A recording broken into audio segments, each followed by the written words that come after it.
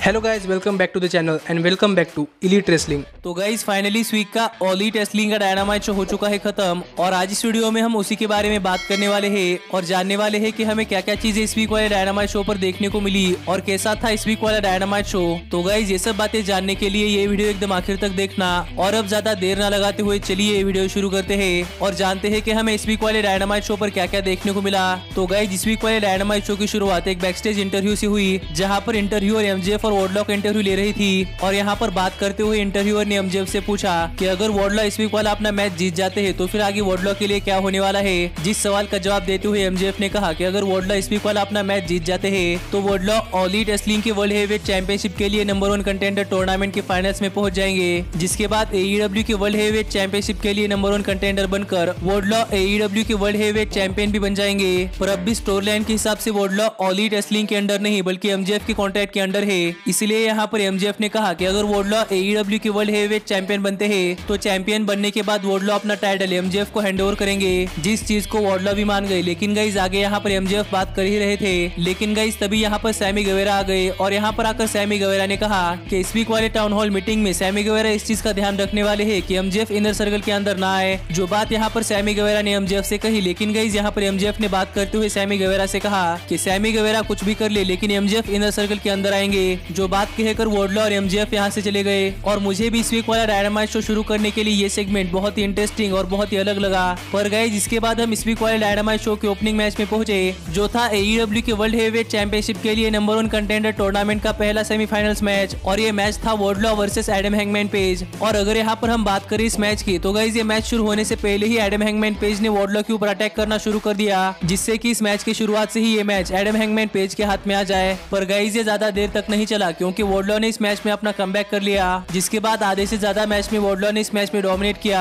पर गाइस जब Adam hangman page ने इस मैच में अपना कमबैक किया तब ये मैच बहुत ही हार्ड हिटिंग मैच बन चुका था। पर इसी बीच वॉर्डलॉ ने एडम हैंगमैन पेज के ऊपर अपना फिनिशर F10 लगाया, पर यहाँ पर वॉर्डलॉ एडम हैंगमैन पेज को पिन कर पाते इससे पहले ही एडम हैंगमैन पेज रिंग के बाहर चले गए, जिसके बाद वॉर्डलॉ के ऊपर लगातार 2 बॉक्सशॉट लैरिएट लगाकर वॉर्डलॉ को पिन कर एडम हैंगमैन पेज ये मैच जीत चुके हैं और Adam hangman page all Elite wrestling के वर्ल्ड हेवीवेट चैंपियनशिप के लिए नंबर 1 कंटेंडर टूर्नामेंट के फाइनल्स में पहुंच चुके हैं। पर गाइस जिसके बाद आगे हमें शो पर जॉन मॉक्सली और एडी किंगस्टन के लिए एक हाइप वीडियो देखने को मिला और यहाँ पर बात करते हुए जॉन मॉक्सली ने कहा कि जॉन मॉक्सली का ये चैलेंज बहुत ही डिफरेंट होने वाला है, क्योंकि जॉन मॉक्सली के लिए एडी किंगस्टन से फाइट करना अपने आप से फाइट करने जैसा है, क्योंकि इन दोनों ही सुपरस्टार्स की फाइटिंग स्टाइल एकदम सेम है। पर फिर भी यहाँ पर बात करते हुए जॉन मॉक्सली ने कहा कि इस बार भी जॉन मॉक्सली अपनी ऑल ईट रेसलिंग की वर्ल्ड हेवीवेट चैंपियनशिप रिटेन करने वाले हैं। जिसके बाद आगे हमें शो पर ऑल ईट रेसलिंग के मेंस डिवीजन से एक नॉर्मल 1-on-1 मैच देखने को मिला और गाइस ये मैच था Eddie Kingston versus Matt Sydal. लेकिन गाइस ये मैच शुरू होने से पहले एडी किंगस्टन ने रिंग के अंदर आकर एक प्रोमो कट किया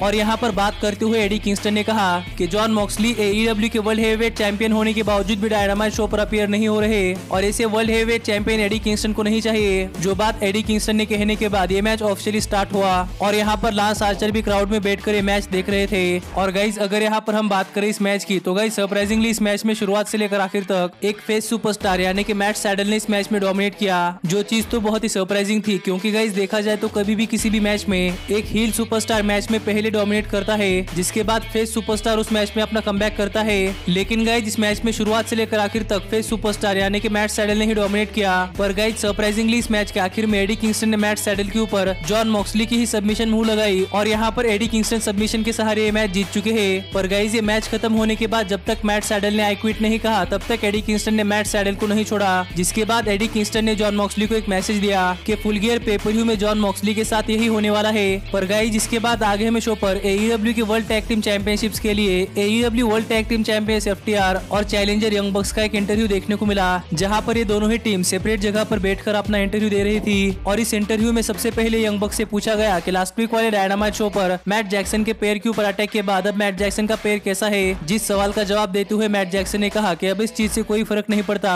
कि मैट जैक्सन का पैर ठीक है या नहीं, क्योंकि मैट जैक्सन का पैर कैसा भी हो। लेकिन गाइस यंग बक्स ऑल ईट रेसलिंग के फुल गियर पेपर-व्यू में एईडब्ल्यू के वर्ल्ड टैग टीम चैंपियनशिप्स के लिए चैलेंज करने ही वाले हैं, जो जवाब देने के बाद इंटरव्यूअर ने लगातार 2-3 सवाल यंग बक्स से ही पूछे और इस चीज से नाराज होकर FTR ये इंटरव्यू छोड़कर चली गई। पर गाइस यहीं पर आगे बात करते हुए यंग बक्स ने कहा कि अगर यंग बक्स ऑल ईट रेसलिंग के वर्ल्ड टैग टीम चैंपियनशिप्स के लिए FTR को नहीं हरा सकते तो गाइस जिसके बाद यंग बक्स कभी भी एईडब्ल्यू के वर्ल्ड टैग टीम चैंपियनशिप्स के लिए चैलेंज नहीं करने वाले, जो बात यंग बक्स ने अपने इस इंटरव्यू में कही। और अब इस स्टिपुलेशन से AEW की वर्ल्ड टैग टीम चैंपियनशिप्स के लिए FTR और यंग बक्स के मैच के लिए बहुत ज्यादा हाइप बन चुकी है। पर गाइज आगे हमें शो पर इनर सर्कल की एक टाउन हॉल मीटिंग देखने को मिली, जहां पर इनर सर्कल ये डिसाइड करने वाली थी कि MJF को इनर सर्कल के अंदर लेना है या नहीं। जहां पर कई सारे सुपरस्टार्स ने आकर MJF और क्रिस जेरिको से पूछा कि अगर MJF इनर सर्कल के अंदर आते हैं तो फिर इसके फायदे और नुकसान क्या है। जहां पर बात करते हुए MJF ने कहा कि अगर MJF ने इनर सर्कल ज्वाइन की तो गाइज इनर सर्कल की ब्रांड वैल्यू एकदम हाई होने वाली है और MJF साथ मिलकर काम नहीं कर सकते। जिसके ऊपर बात करते हुए क्रिस जेरिको ने कहा कि अगर MJF इनर सर्कल ज्वाइन करने के बाद इनर सर्कल के ऊपर कभी भी अटैक करते हैं तो पहली बात तो इनर सर्कल MJF को नहीं छोड़ने वाली, और दूसरी बात ये कि इनर सर्कल MJF को उनके ऊपर टर्न करने का चांस ही नहीं देने वाली। और यही डायनामाइट शो पर क्रिस जेरिको और MJF से सवाल पूछने के लिए एरिक बिशॉफ भी आ गए और यहाँ पर आकर एरिक बिशॉफ ने क्रिस जेरिको और MJF से पूछा कि अगर क्रिस जेरिको और MJF साथ में मिलकर काम करते हैं तो इस चीज की गारंटी क्या है कि MJF इनर सर्कल के ऊपर टर्न नहीं करेंगे। जिस सवाल का जवाब देने के बजाय MJF एरिक बिशॉफ के ऊपर ही चिल्लाने लगे कि ये किस तरीके का सवाल है। जहाँ पर क्रिस जेरिको ने MJF को इंटरप्ट किया और यहाँ पर क्रिस जेरिको ने MJF से कहा कि MJF को सवाल का जवाब देना चाहिए। जिसके ऊपर बात करते हुए MJF ने कहा कि MJF ने इनर सर्कल ज्वाइन करने के लिए हर एक चीज की है और अब क्रिस जेरिको ही MJF के ऊपर शक कर रहे हैं। जिसका जवाब देते हुए क्रिस जेरिको ने कहा कि अब तक MJF ने क्रिस जेरिको को नहीं हराया, इसलिए Chris Jericho All Elite Wrestling के फुल गियर पेपर-व्यू में MJF के खिलाफ एक 1-on-1 मैच रेसल करना चाहते हैं और अगर MJF वो मैच जीत जाते हैं तो फिर MJF इनर सर्कल के अंदर आ सकते हैं, पर अगर MJF वो मैच हार जाते हैं तो फिर MJF इनर सर्कल के अंदर नहीं आ सकते।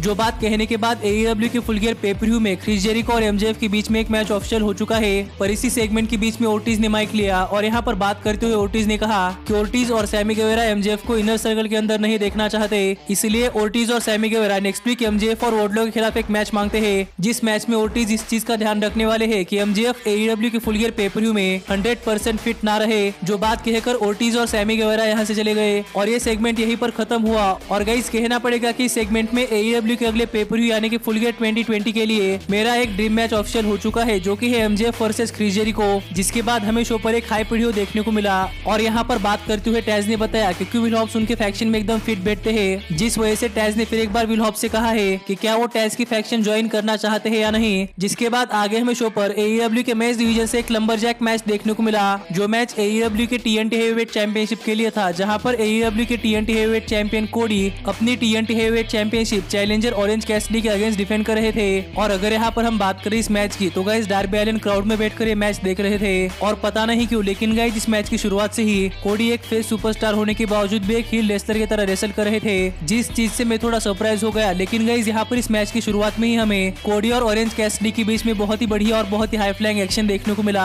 और हमें इस मैच में 2-3 बहुत ही बढ़िया स्पॉट्स भी देखने को मिले कि जब कोडी रिंग के बाहर थे और डार्क ऑर्डर कोडी के ऊपर अटैक कर रही थी तब ऑरेंज कैसिडी ने कोडी को बचाया, और जब रिंग के बाहर सभी सुपरस्टार्स के बीच में एक बहुत ही बड़ा ब्रॉल हो रहा था तब हमें उन सुपरस्टार्स के ऊपर कोडी और ऑरेंज कैसिडी की एक सुपरलेस भी देखने को मिली। पर गाइज अगर यहाँ पर हम बात करें इस मैच की विनर की तो गाइज जब इस मैच के आखिर में हर बार की तरह ही ऑरेंज कैसिडी ये मैच जीतने के लिए बहुत करीब पहुंच चुके थे, तब सरप्राइजिंगली डार्क ऑर्डर के मेंबर्स ने इस मैच में आकर रेफरी को डिस्ट्रैक्ट किया और इस चीज का फायदा उठाकर डार्क ऑर्डर के मेंबर्स ने ऑरेंज कैसिडी के ऊपर अटैक किया, जिसका फायदा उठाकर कोडी ने ऑरेंज कैसिडी के ऊपर अपना फिनिशर लगाया और यहाँ पर ऑरेंज कैसिडी को पिन कर कोडी ये मैच जीत चुके हैं और स्टिल है हमारे AEW के TNT हेवीवेट चैंपियन कोडी। लेकिन गाइस ये मैच खत्म होने के बाद सभी सुपरस्टार्स के बीच में रिंग के अंदर एक बहुत ही बड़ा ब्रॉल हुआ और कोडी और आर्न एंडरसन इस ब्रॉल से बचकर रिंग के बाहर भाग गए। जिसके बाद हमें एक बैकस्टेज सेगमेंट देखने को मिला जहाँ पर बेस्ट फ्रेंड्स ने किप सेबियन और मीरो के लिए एक गिफ्ट लाया था, जो गिफ्ट बेस्ट फ्रेंड्स ने किप सेबियन और मीरो को दे दिया। जिसके बाद फिनोल्पी फ्रॉड यहाँ पर ऑरेंज कैसिडी की तरह ड्रेसअप कर आई और यहाँ पर फिनोल्पी फ्रॉड ने बेस्ट फ्रेंड्स को एक गिफ्ट दे दिया,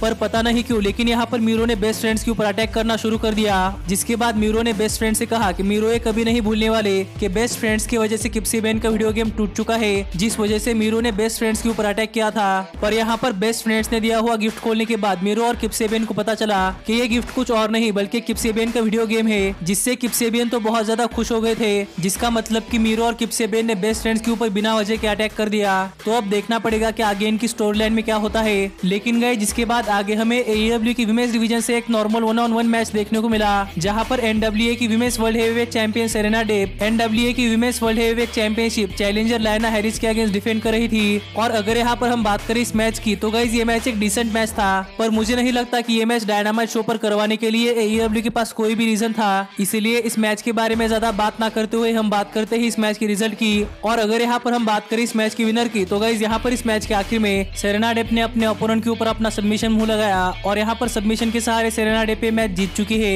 जिसके बाद आगे हमें AEW की women's world heavyweight champion Hikaru Shida का एक बैकस्टेज इंटरव्यू देखने को मिला और यहाँ पर इंटरव्यूअर ने हिकारू शिदा से पूछा कि नायला रोज AEW की विमेंस वर्ल्ड हेवीवेट चैंपियनशिप के लिए नंबर 1 कंटेंडर है, पर वो तब तक एक मैच रेसल नहीं करना चाहती जब तक हिकारू शिदा सामने से नायला रोज को एक मैच दे। तो इसके बारे में बात करते हुए हिकारू शिदा ने कहा कि हिकारू शिदा आने वाले फुल गियर पे-पर-व्यू में नायला रोज के अगेंस्ट एक मैच रेसल करने के लिए तैयार है, जिसके बाद प्रोबेबली AEW की विमेंस वर्ल्ड हेवीवेट चैंपियनशिप के लिए फुल गियर पे-पर-व्यू में मैच ऑफिशियल हो चुका है। लेकिन गाइस जिसके बाद आगे हमें शो पर AEW के मेंस डिवीजन से एक नॉर्मल 1-on-1 मैच देखने को मिला और गाइस ये मैच था शॉन स्पियर्स वर्सेस एक लोकल टैलेंट। और अगर यहाँ पर हम बात करें इस मैच की तो गाइस ये मैच शुरू होते ही शॉन स्पियर्स ने लोकल टैलेंट के ऊपर अपना फिनिशर लगाया और यहाँ पर लोकल टैलेंट को पिन कर शॉन स्पियर्स से मैच जीत चुके हैं। पर गाइस ये मैच खत्म होने के बाद शॉन स्पियर्स की रिंग साइड पर बैठे हुए एक फैन के साथ बहस हो गई और यहाँ पर शॉन स्पियर्स उस बुल का मास्क पहने हुए फैन को रिंग के अंदर ले आए और शॉन स्पियर्स उस फैन के ऊपर अटैक करने के लिए टली ब्लैंचेट से अपना ग्लव मांग ही रहे थे। पर गाइस तभी हमें पता चला कि वो कोई और नहीं बल्कि स्कॉर्पियो स्काई है। जिसके बाद स्कॉर्पियो स्काई ने शॉन स्पियर्स के ऊपर अपना फिनिशर लगाया